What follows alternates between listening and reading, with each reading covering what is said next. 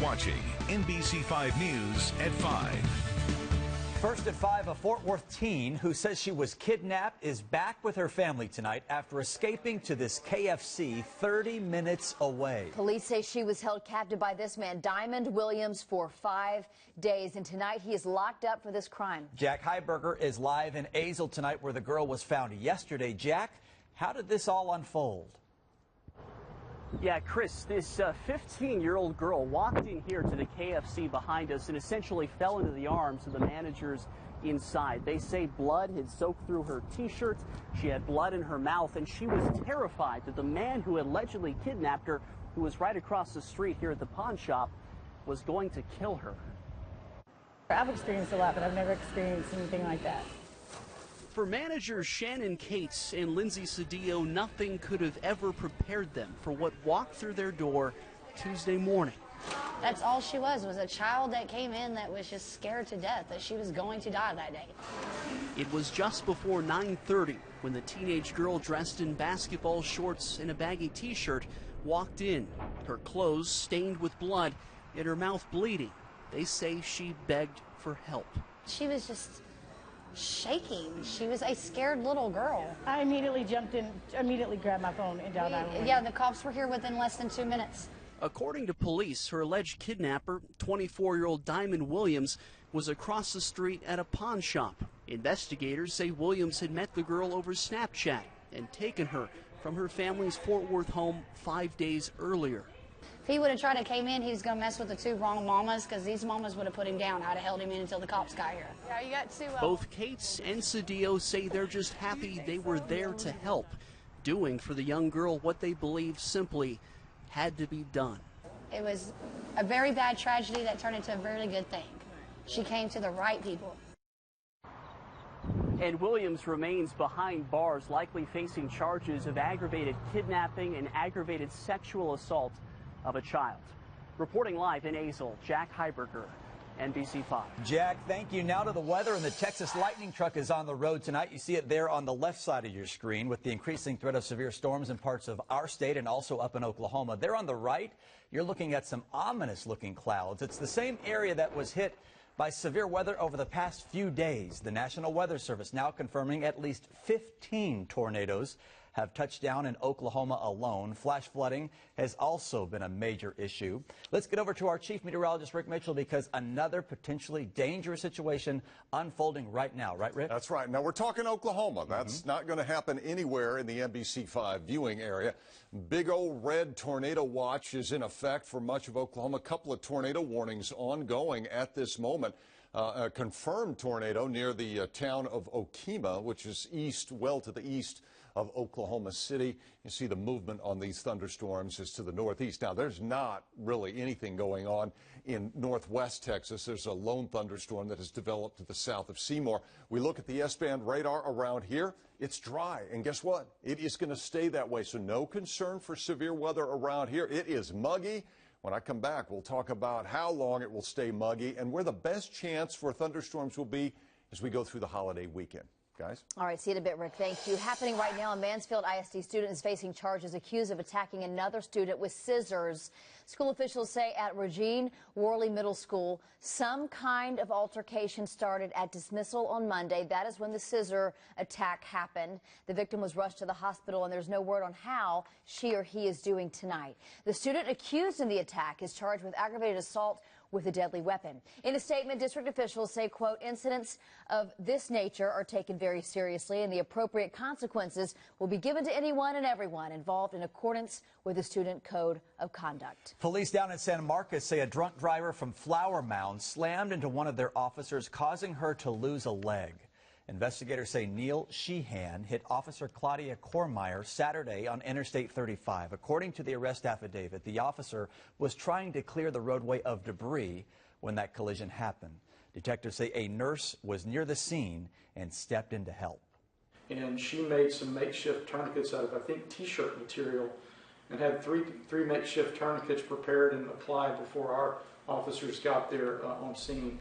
And police say those tourniquets may have saved this officer's life. Sheehan stayed on the scene and is cooperating with police. The officer has multiple surgeries ahead of her, but she is expected to be okay. A migrant processing center in South Texas is closed tonight after a large number of detainees fell ill with high fevers linked to a flu-related illness. The facility in McAllen is temporarily closed, suspending intake operations. The closure comes just a day after a 16-year-old fell ill and died after being held there. New at 5 o'clock, the investigation into a racist 35-year-old photo that was published in the governor of Virginia's medical school yearbook is now over. The law firm hired to investigate that picture made its report public today. And as Dan Sheneman reports, there are still questions about the origins of the picture and exactly who's in it. We could not conclusively determine the identity of either individual depicted in that photograph. After months of controversy surrounding this racist photo published on Virginia Governor Ralph Northam's 1984 yearbook page, questions remain over who is in the 35-year-old image. I am deeply sorry. After first apologizing in February for appearing in the photo, the governor reversed course just a day later and denied he was either of the people in the photograph. It was offensive, racist, and despicable. Now, a 36-page investigative report by a law firm hired by Eastern Virginia Medical School does not put the matter to rest.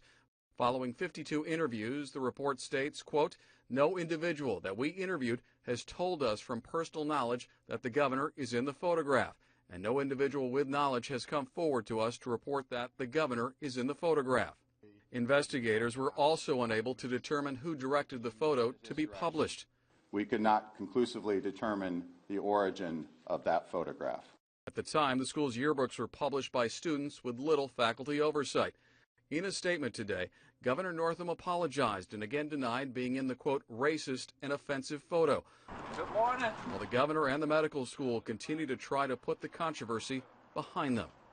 Dan Sheneman, NBC News. A Quinnipiac University poll in late February found that some Virginia voters, including a large majority of black voters, believe that Northam should not step down. Decision 2020 right around the corner. We are talking to one of the candidates vying for U.S. Senate tonight. MJ Hagar is trying to unseat longtime Senator Republican John Cornyn. She sat down with political reporter Julie Fine in her home of Round Rock to talk about her story today in an NBC5 exclusive.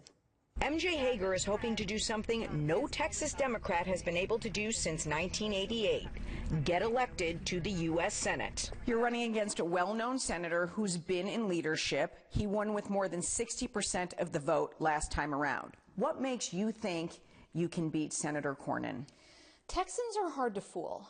And when Texans get to know me a little bit better and they see that their choice is between a career politician who's had decades in politics and is answering to his party leadership and voting as he's told versus a working mom who's a combat vet who has served her country, who has shown a willingness and an effectiveness at taking on the establishment to fight for people in my community, I think that's going to be a pretty easy choice for them. Hagar is a combat veteran. She got nationwide attention when she tried to unseat longtime Congressman John Carter in 2018.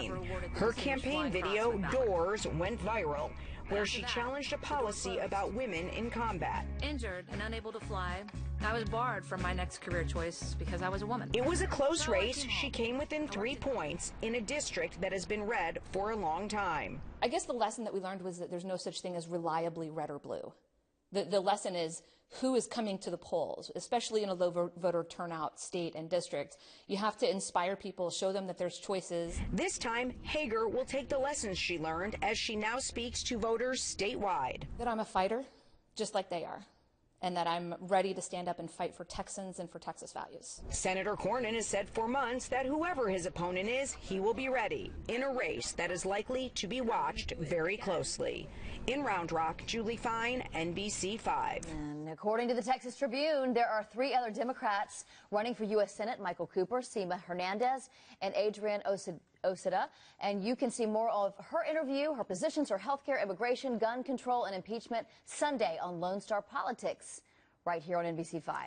New at 5, the Trinity Forest in Dallas is getting new protection. The Trinity Forest is just south of downtown. It's a unique urban nature area that doesn't always get the attention that city officials think that it should. A city resolution that was passed today is aimed at changing that. It directs several city departments to conserve, preserve, and manage the forest and include the community in those efforts, but no additional funding was approved today. Coming up next, a Plano company in the middle of a trade war with China, why trade restrictions are already hitting them hard.